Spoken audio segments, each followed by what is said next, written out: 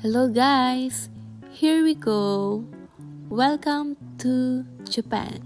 Yes, guys, dito na tayo sa Japan. Kakalapag lang pala namin dito guys, and 8 p.m. na dito nung nakarating kami kasi 2 p.m. kaming umalis sa Pilipinas.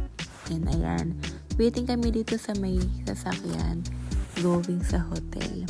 Hindi ko na nga pala na-videohan yung hotel guys, yung entrance, pero ayan, nagbabayad na kami ng aming hotel bill dahil 12 days kaming mag-i-stay dito and kami mismo magbabayad, diba? Nakaka-amaze dito sa Japan.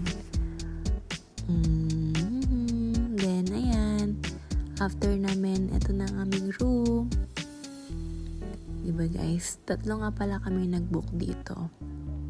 And alam nyo ba na unang dating namin dito is nandibago kami sa sa lamig dahil nasa 6 yata yung temperature dito. Hindi kami prepare. Kaya ayan, city view pala ang aming nakuha.